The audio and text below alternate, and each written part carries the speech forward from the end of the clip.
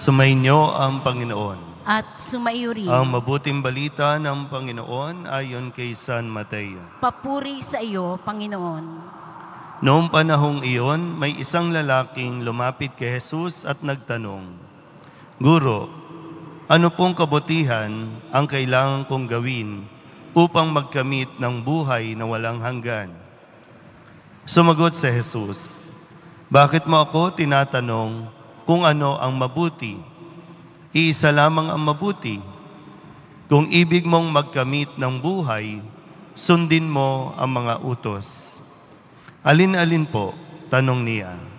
Sumagot si Jesus, Huwag kang papatay, huwag kang mangangalunya, huwag kang magnanakaw, huwag kang magsisinungaling sa iyong pagsaksi. Igalang mo ang iyong ama at ina, at ibigin mo ang iyong kapwa, gaya ng pag-ibig mo sa iyong sarili. Sinabi ng binata, tinutupad ko na pong lahat iyan. Ano pa po ang dapat kong gawin? Kung ibig mong maging ganap, humayo ka. Ipagbili mo ang iyong ari-arian at ipamahagi sa mga dukha ang pinagbilhan. Kapag ginawa mo iyan, magkakaroon ka ng kayamanan sa langit. Pagkatapos, bumalik ka at sumunod sa akin. Sagot na Jesus. Pagkarinig nito, malungkot na umalis ang binata sapagkat siya'y napakayaman. Ang mabuting balita ng Panginoon. Pinupuri ka namin, Panginoong Hesukristo. Isang magandang umaga po sa inyo lahat. Marahil lahat po tayo ay makaka-relate sa usapin o sa tanong at kalagayan ng binata dito po sa ating ebanghelyo. Tanong niya, paano nga ba siya magiging masaya o paano nga ba siya magkakaroon ng buhay na walang hanggan? At ang sagot niya, marahil pwede rin natin maging sagot. Kasi sinusunod naman natin ang mga utos. Di naman tayo pumapatay, di naman tayo nangangalunya, di naman tayo sabihin na natin sinusunod naman ng mga magulang, di naman nagnanakaw, lagi nga tayo nagsisimba. Yan. So hindi masamang tao ang binatang ito. Kaya lang, sabi nga, nalungkot yung binata nang siya ay umalis dahil siya'y napakayaman. Ang pagsunod kay Kristo, bagamat sa atin pong karanasan, wala ni isa man na deboto ng Poong Nazareno ang naniniwala na siya ay pinababayaan ng Diyos.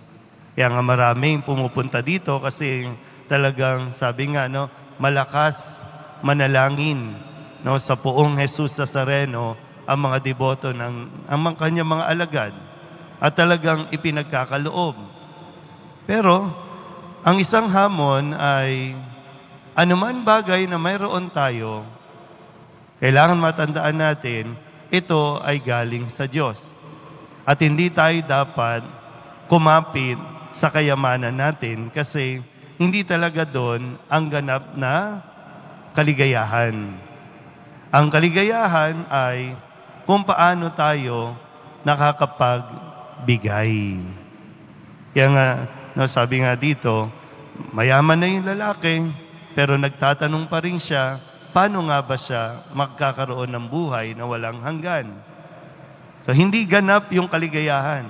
Kaya ang sabi ni Kristo, para maging ganap, ito ang gawin mo. Ipagbili ang iyong ari-arian at ipamahagi o ipamigay sa mga mahihirap. At doon tayo nahihirapan. Doon din tayo umaalis talaga ng malungkot. Kasi, sabi ko nga, kaya ka nandito, kaya tayo nagsimba, kasi may hinihiling tayo sa Nazareno. Hinihiling ka ng trabaho, magandang trabaho, malaking kita, Ano pa ba? Maging maayos ang business mo. Pero ibinigay naman na eh. Kaya lang yun nga, binigay yan para mas maging masaya ka sa paraan na ikaw ay makatulong. Kasi pag humarap naman tayo sa Diyos, hindi naman yung mga bagay lang na ano ba ang ginawa mo? Kundi ang tanong din, ano ba yung mga hindi mo ginawa na dapat mong gawin?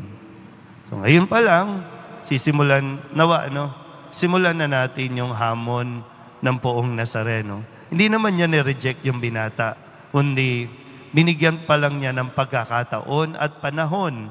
Hindi naman niya binigla. Sabi niya, sige, umayo ka muna, ipamigay mo muna ang iyong ari-arian, then pag okay ka na, saka ka sumunod sa akin. Nandun po yung susi ng kaligayahan na hinahanap natin kung tayo po ay nakakapagbigay. Amen?